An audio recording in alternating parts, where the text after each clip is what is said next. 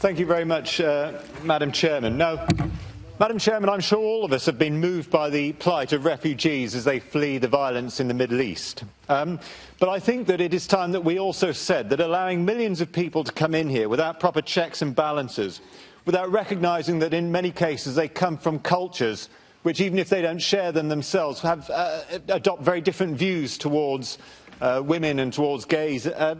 and to do this without any willingness to demand that European cultural values are adopted by them is going to cause a catastrophe. And we've already begun to see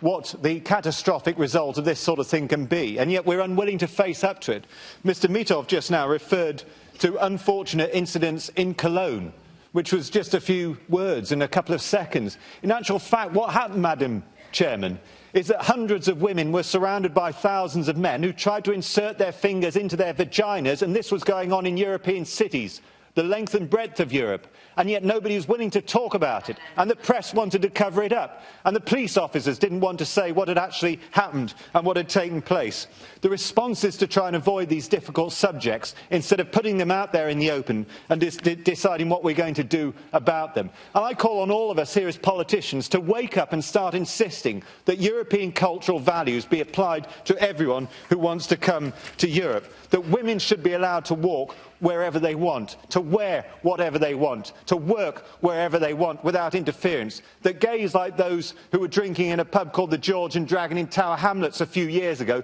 be allowed to do that without being attacked by religious extremists. And I think you can all guess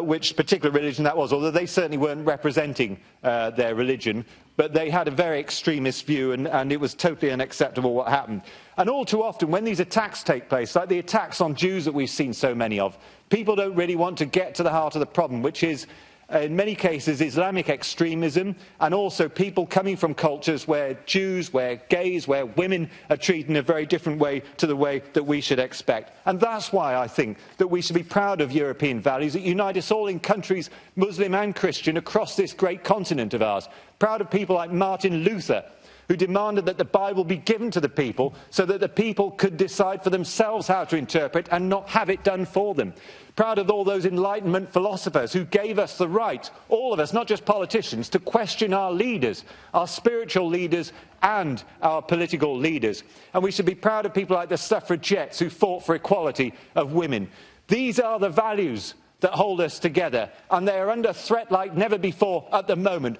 Wake up, politicians, because if you're not prepared to wake up and address these problems, other people will come to the forefront.